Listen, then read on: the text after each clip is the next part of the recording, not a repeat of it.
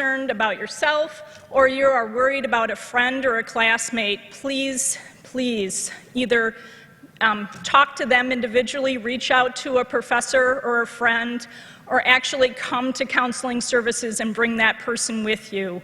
We appreciate every opportunity that we can to be able to meet with students. And again, please use these services. Again, they are free to all students. I hope that you guys have a wonderful year. Thanks very much.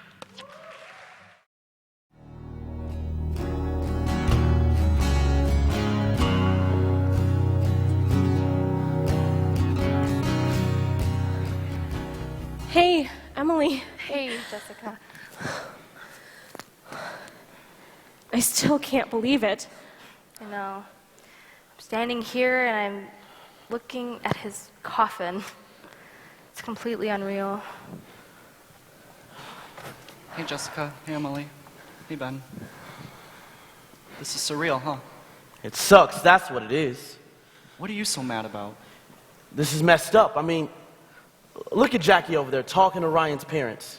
Have you ever seen so much pain? I know it. I don't even think they recognized me, and I've known them since kindergarten. They called me Julia. I know. They called me Ellen. They called me Brad. I didn't correct them. Oh, no, I wouldn't either.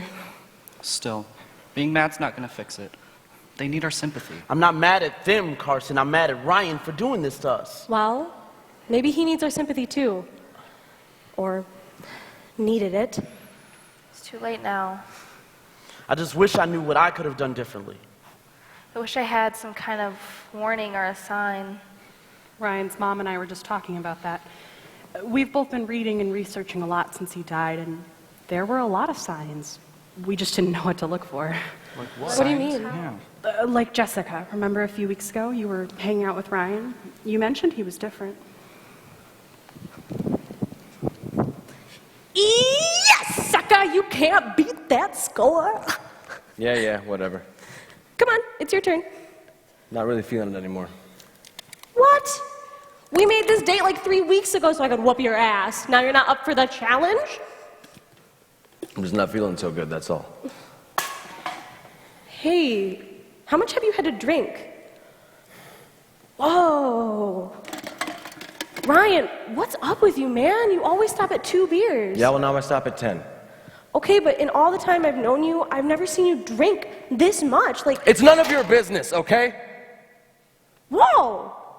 Where did that come from? Just leave me alone. Fine, I'm out of here.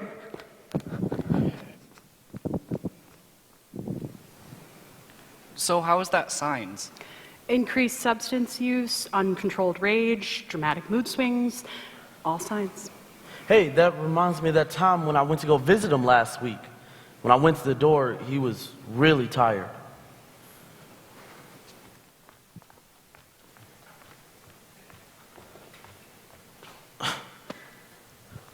Dude, where were you? We were supposed to play racquetball today. Oh, yeah, sorry, I fell asleep. I couldn't sleep at all last night and it just kind of hit me. Oh. Well, you know you like spaced on me 5 times this month, right? And what about the team? They're not too happy either. Yeah, I know. I quit. You quit the team? Yeah. Look, what's the point? It's not worth it. Well, I mean, for one, it's fun. I mean, come on, man, you're supposed to be my partner. I'm just not feeling it anymore. I don't know. Do you ever feel like nothing's worth it anymore? Like it's all just too much of a bother and it's never going to change? What are you talking about, dude? Everything changes. Yeah, forget it. I gotta go take a shower or something. Oh, okay. Well, I don't want to let you know anyway, but you reek, so all right, I'll leave you to it. Bye. Hold up. Got something for you. What? Dude. I don't need it. You need a new one anyway. All right, thanks, man. Bye.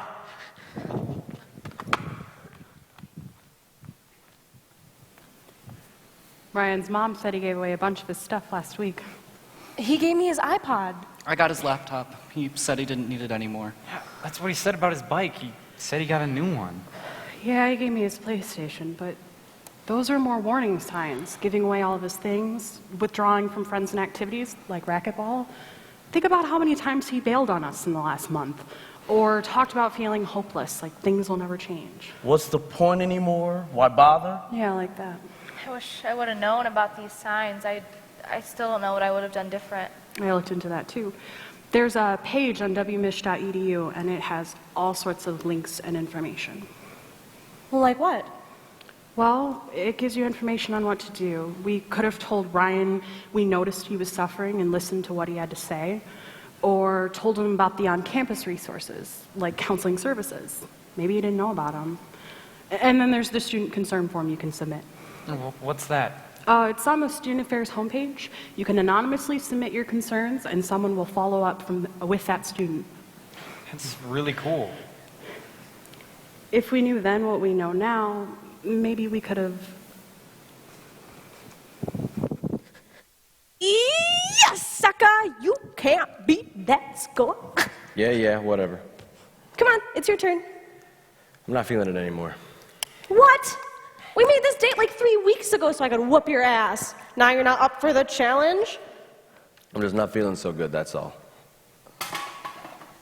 Hey, how much have you had to drink? Whoa. Ryan, what's up with you, man? You always stop at 2 beers. Yeah, well, now I stop at 10. Okay, but in all the time I've known you, I've never seen you drink this much. It's none of your business, okay? Whoa, where did that come from?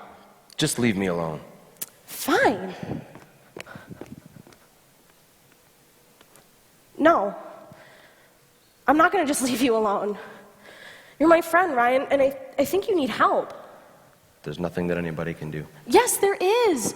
I'm your friend. I can listen to you. I can go with you to counseling services.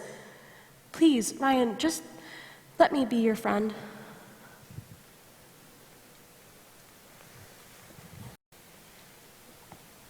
Dude, where were you? We were supposed to play racquetball today. Oh, yeah, sorry. I fell asleep. I couldn't sleep at all last night, and it just kind of hit me.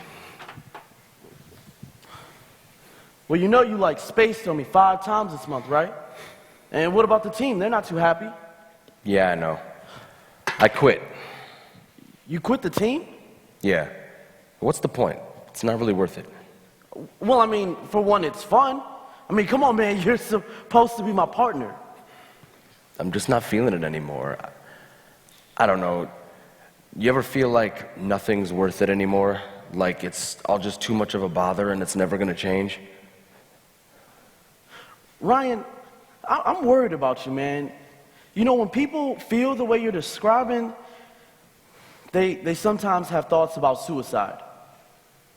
Look, man, I gotta ask you, are you thinking about killing yourself or anything?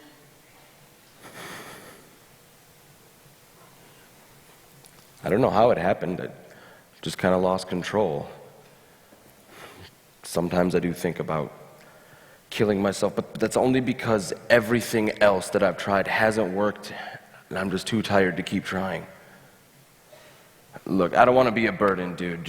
I gotta go. Wait, a burden? No, man, listen, I want to be here for you. I want to understand.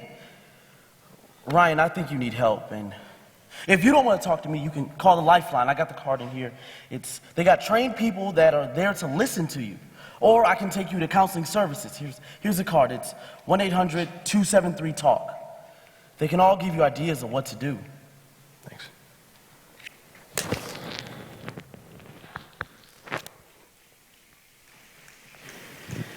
If we knew then what we know now, maybe we could have helped Ryan realize that killing himself wasn't the answer. Suicide is a permanent solution to a temporary problem. I wish we could have helped Ryan see that.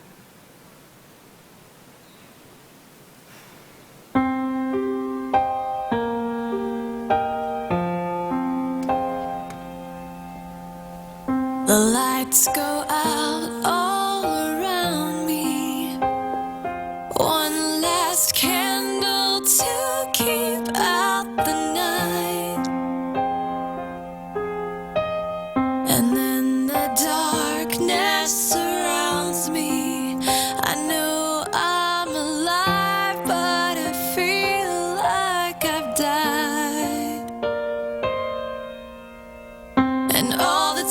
is to accept that it's over. My dreams ran like sand through the fist that I made. Hi, everyone. I'm April Dix. I'm one of the Residence Life Hall directors here at Western, and I want to take a moment to welcome you all and hope that your move-in went pretty smoothly to your residence halls over the past couple of days. So what I want to talk to you about is living with roommates. How many of you out there, this is the first time sharing a room with somebody? That's a lot. And how many of you have always heard horror stories about living with roommates when you go to college? Also a lot. Well, I've been working in residence life for about 4 years now, and I can tell you that the horror stories and not getting along with your roommates are not the typical situation. Does it happen? Sure, but that's not typically the situation that we have. Some roommates become best friends and do everything together. Some roommates just coexist. And then a few roommates here and there have problems that they can't settle. So what I want to kind of talk to you all about is how to make sure that you and your roommate can get along. The first and most important thing for you all to do is talk to each other. I can't tell you how many situations I've had where I ask the roommate that's talking to me, have you talked to your roommate about this situation? And they're like, no. Well, if your roommate doesn't know there's an issue, they can't really change things, right? So make sure that you're talking to your roommate. Who's going to pay for things in the bathroom? How much food are you all going to share with each other? What time are lights out and you're going to turn electronics off in your room? Talk about these things up front and make some decisions together, and that makes living together a lot easier. Now, if you do all of that and you're still having some issues, what do? How many of you have met your RA on your floor? Awesome. Awesome. So if you have not yet met your RA, that's step number one. Get to know your resident assistant because they can really help you out having some of those conversations, and they can connect you with the professional staff in your building, hall directors like myself and graduate assistants that work right in the building. If we don't know that there's an issue, we can't help you sort that issue out. So please be sure to let someone know if you are having a problem, and we can assist you in the best way that we know. So I hope that you all have a great year and enjoy your time living in the residence halls, attend programs, and do all the fun stuff that we offer. Thank you. Oh, pretty much. Long story short, I accidentally sent in my Girls Gone Wild audition instead of my college admission, and I didn't really get in. The dean's son, it was like a whole big thing. But the whole thing got on Facebook too. God, don't get me started. But so that's why Danny is going to Notre Dame, and I'm going here. It's far, but it's close enough so, we can still have our own lives, Yeah, that makes sense. Wow. I've never even had a boyfriend. I just want to meet people. Oh, yeah, that's good. You don't want to get tied down unless you're into that, but it's always good to be open to experience. So, yeah. So, do you have your roommate contract? Yeah. Awesome. Do you want to go through it right now and see what we have in common and, don't? Yeah. Great. Okay, first question. Are you a morning person or a night person? Oh, definitely a night person. It takes me a while to get going in the morning, Yeah. But I'm a morning person, so can we agree on some quiet time at night? Oh, yeah. Yeah, I can be really quiet.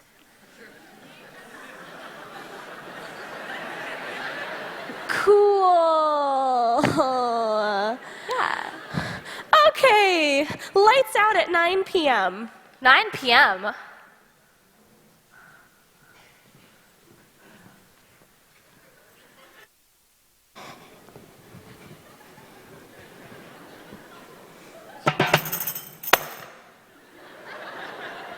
Definitely a night person, I said.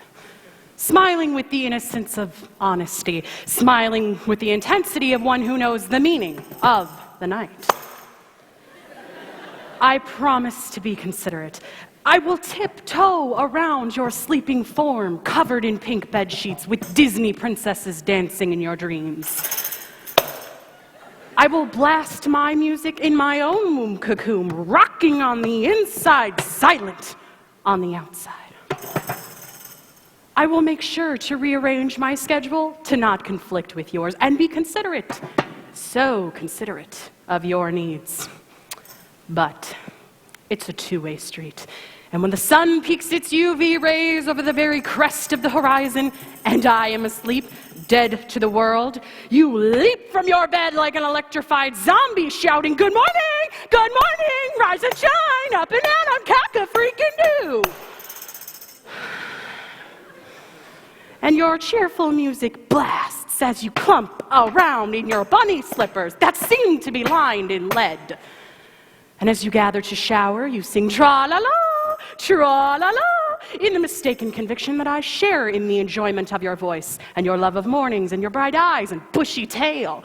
Well, let me tell you something. I don't. And I most certainly do not. Do not agree that those who greet the morning sun are morally superior to those who heed the moon. It's a two-way street. My night train is running into your morning bus, and honey, one of these days, there will be no survivors.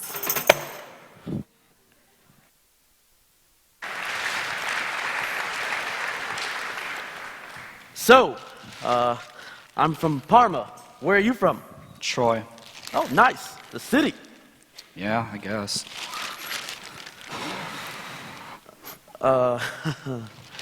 Well, you know, there's a dresser right over there to use.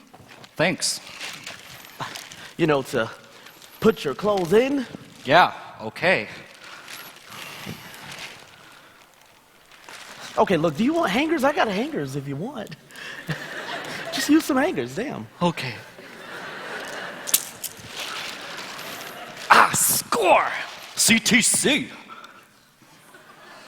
Okay, do you have the roommate contract we agreed upon? Sort of. Okay, well, here's an extra. I made copies. Good, okay, first question. Lifestyles. Are you a messy slob, a neat freak, or somewhere in between? What are you? Oh, well, I'm a neat freak, but, you know, I can handle a little bit of mess. Little. Score. I said I was a neat freak too, but that's because I know a neat freak will have to do all the cleaning because they can't stand the mess. What? Yeah, my sister's a neat freak. She used to do all my laundry and pick up after me because she couldn't stand my messes. Well, don't expect that from me. We'll see.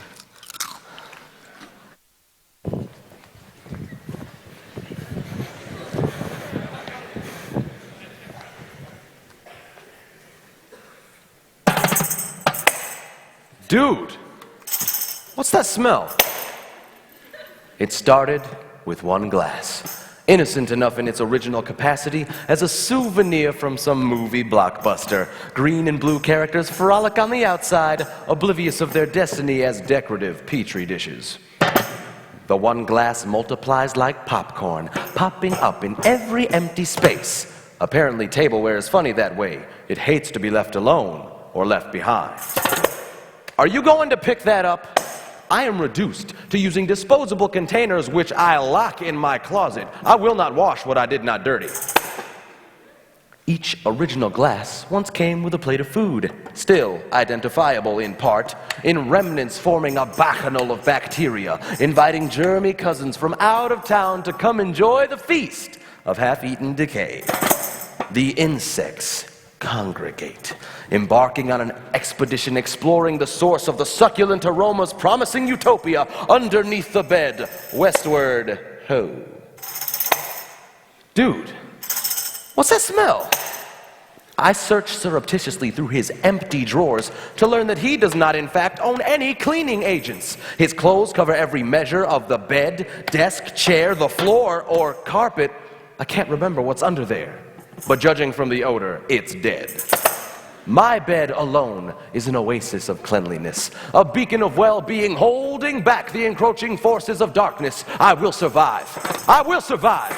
And I will not clean what I did not dirty. My space I can defend with broom handle and yardstick, but the impending reek is held off only so long by the weapon of Febreze. In contrast to his, my surfaces are covered in fresheners, diffusers, air sprays, in rankings of offensive odor from extreme sports to smelly cat. But his pong is off the charts. This is a losing battle. At night, a solid cloud of noxious stench settles in my lungs, poisoning my breath. The insects at last finish their feast and begin nibbling me as their dessert. And soon nothing is left but my own rotted corpse. And no one to say, "Dude, what is that smell?"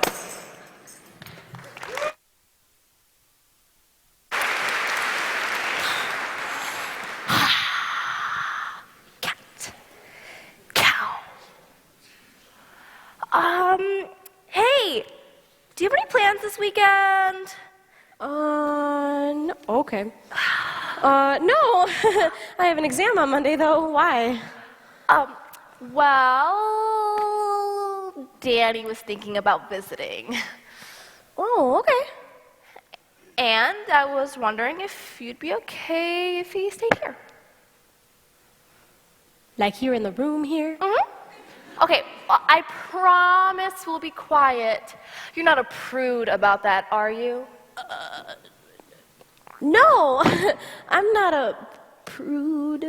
Okay, great. I already told him you'd be okay with it. Don't even worry about it. You're going to love him. Yeah.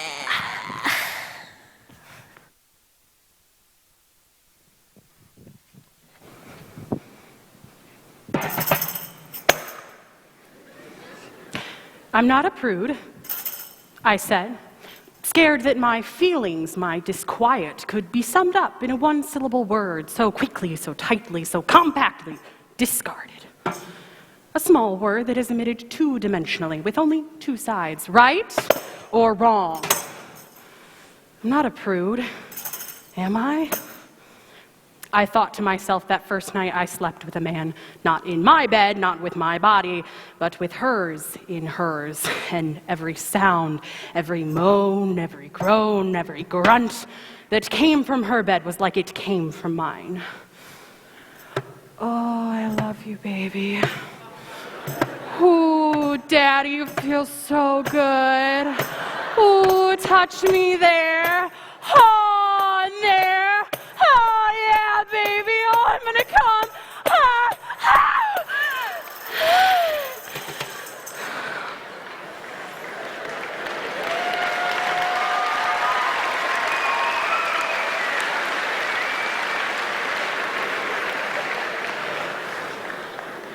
That was good, baby. And the sounds are in my ears, but they are not for my ears. It is her ears the whispers tickle as she lies beneath him in the next bed, separated from me only by a thick partition of empty space and my pretense of sleep. Oh, baby. Soon one sleepover turns to 10, and he's always here, always there, in her, on her, above, below, everywhere a mouse can go. And it seems once yes, I can't say no. I'm not a prude, am I? So I look on dictionary.com. A person who shows or affects an excessively modest, prim, or proper attitude, especially regarding sex. Me? Is that me? I don't recognize that description in my own self-depiction. I see a girl with a subscription to Cosmopolitan and a prescription for birth control pills I got just in case with my mom's benediction. I'm not a prude. My prim and proper attitude may have more to do with the fact that when I am with a dude, I'm afraid it's not going to be his voice I hear, but this lover boy's, and I will simply be a repository of recollections of eavesdrop love, overheard moments, fixed in the thick partition of empty space between my memory and this pretense of myself.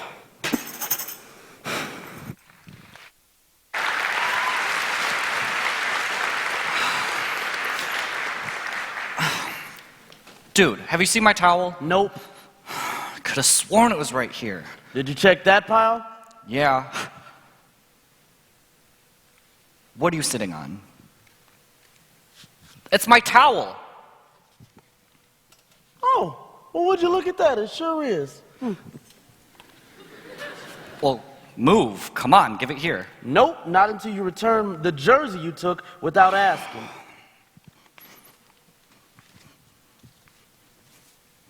Clean. I just need it for tonight. Well, you can't have it. I haven't even worn it yet. you know, it's been in your closet for 2 weeks. Okay, well, I was saving it for a special occasion. Your closet is full of special occasions. Okay, my closet is full of my things, and I get to say when and where I wear it. Now look what you did. That was my favorite. I'm sorry. That was my favorite. Okay, I'm really sorry. Sabrina is pissed off. Carl can't take this anymore. Carrie has a headache. Brian is sick of all this drama.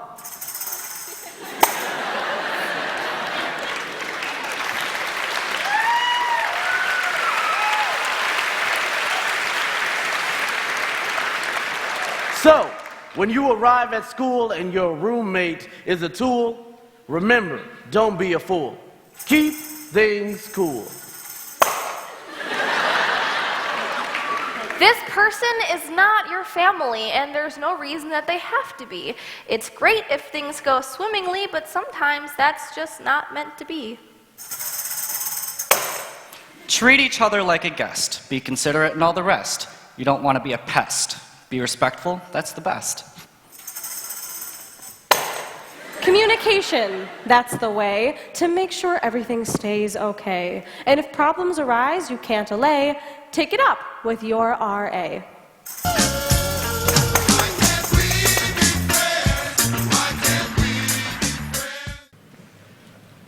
Hello, everyone. Welcome to Western. It's a great day to be a Bronco. I'm Amber Mosley, and I'm your coordinator for sexual assault prevention education. All across the world, sexual assault is a real social justice issue. It affects our health, our education, and our humanity. So this is a real problem. We here at Western are fighting back against ignorance and rape. Now, usually when folks see the sexual assault lady, they're like, oh no, here come the anti-sex messages. But let me tell you, that's not the case. Okay? Can we try something in here today? Can I get a little consent? Okay, everyone close your eyes so we could have a little anonymity. Now, how many of you all, by show of hands, like the word sex? All right, hands down, open your eyes. We here at Western really like the words good sex.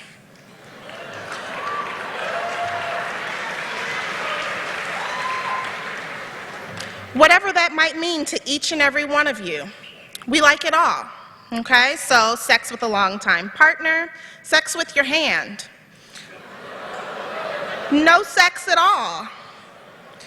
Sex with someone new, sex with friends, sex with your roommate, experimental sex. Boring sex, sex with lots of friends, or sex with your favorite teddy bear. All of this is okay, but what good sex really means is that for each and every one of these interactions, we need to have consent. So anytime you want to get it on, make sure we ask first. So let's talk a little bit about what that consent word is. It's the presence of a yes, or some derivative of that, a ooh yeah baby, or all that orgasm you just heard. Those are the types of things that we're looking for continuously throughout the whole experience. It's the presence of a yes, not the absence of a no, okay? Say it with me, presence of a yes, not the absence of a no. Presence of a yes, not the absence of a no. Right. So consent also has to be given of our own free will, which means we really want to do this with ourselves in this moment in time. All people involved can't be incapacitated by drugs or alcohol. No one should be trying to talk us into giving our consent or trying to get us to use substances to break us down or lower our inhibition. It's creative, it's mutually enthusiastic, it's imaginative and fun. And how that plays for all of you all is going to be a little bit different depending on what you like. What I'm basically saying is consent is sexy.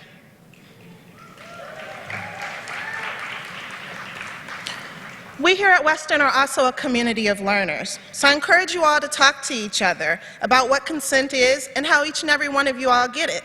Talk to each other about our risk reduction strategies, like buddy systems, or watching our drinks, whether we choose to drink non-alcoholic ones or alcoholic ones. Trusting those gut reactions we might have that let us know that something isn't quite right, and staying aware of our surroundings. I also encourage you to speak up when people tell sexist or racist jokes, or drop those little ideas in the space that we all have heard and made us feel uncomfortable. Those things are not just a joke. They're someone's real life, and they promote rape-supportive environments that we at Western are striving to get rid of. All this said, let me be absolutely clear. The person who commits the act of sexual assault or rape is solely responsible, regardless of what the other person was consuming, wearing, dancing like, or who may or may not showed up to help. Let's remind folks that those dance parties are places to dance your heart out and have a good time, not to victimize people. Let's remind folks that our residence hall rooms and apartments should be places that we feel safe at all times, not places where people take advantage of us. Let's remind people that the only thing that means yes is a yes, or all that orgasm stuff you all just heard. And that a no or a silence doesn't mean we're consenting.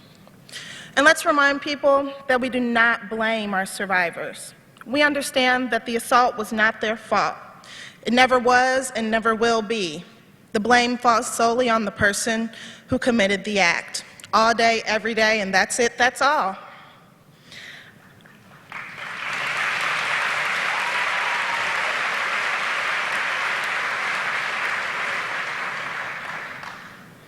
I do encourage you all to come and visit us over at Fireplace Service and Resource Center. We're located in Syracuse Health Center, room 3130. This is a walk-in center, and you all can also call ahead or email for appointments.